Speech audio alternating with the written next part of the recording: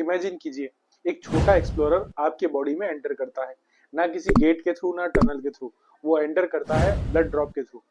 और जैसे ही वो एंटर करता है, वो देखता है एक बहुत बड़ी सिटी जिसमें इतने सारे बिलियंस ऑफ वर्कर्स काम कर रहे हैं, बिना रुके बिना थके।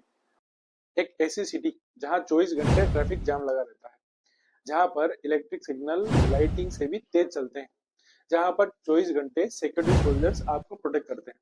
लेकिन इसकी सबसे बड़ी शॉकिंग बात क्या है? इसकी सबसे बड़ी शॉकिंग बात यह है कि हम इतनी कॉम्प्लेक्सिटी के साथ रह रहे हैं और हम उसके बारे में जानते नहीं। जी हाँ, ये कॉम्प्लेक्सिटी है ह्यूमन बॉडी, और जिसे हम पढ़ेंगे एनाटॉमी के थ्रू। एनाटॉमी एनाटॉमी का सिंपल मतलब होता है स्ट्रक्चर ऑफ ह्यूमन बॉडी। आसान भाषा में, हमारी बॉडी एक मशीन है, और इस मशीन के पार्ट्स कहाँ हैं, किस तरह सिचुएटेड हैं और किस तरह आपस में कनेक्टेड है, ये बताती है एनाटॉमी। इमेजिन कीजिए, एक पेशेंट इमरजेंसी में आता है। अगर डॉक्टर को ये नहीं पता होगा कि हार्ट एग्जैक्टली है कहाँ, लंग्स कितने पास हैं, ब्लड वेसल्स किस तरह जा रही हैं, तो वो पेशेंट को सेव कैसे करेगा? इसीलिए एनाटॉमी को मेडिकल साइंस में फाउंडेशन माना जाता है। अब हमारा टीबी एक्सप्लोरर आगे जाता है। वो देखता है सबसे पहले सेल को। सेल हमारी बॉडी की सबसे छोटी यूनिट होती है।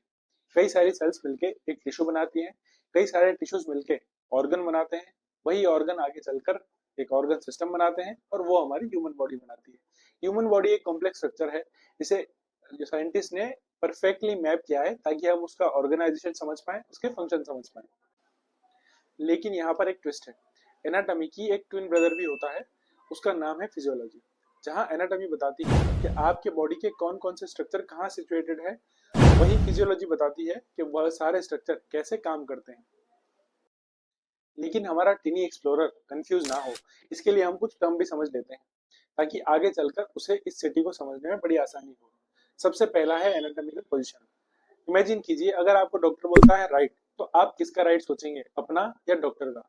इसी कारण से कुछ यूनिवर्सल टर्म्स बनाई गई है ताकि आपको या किसी को भी कंफ्यूजन ना हो।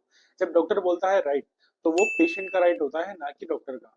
उसके अलावा कुछ डायरेक्शनल टर्म है, जैसे इंफीरियर, सुपीरियर, लेटरल। जैसे कि आपका हार्ट आपके डायफ्राम के सुपीरियर है।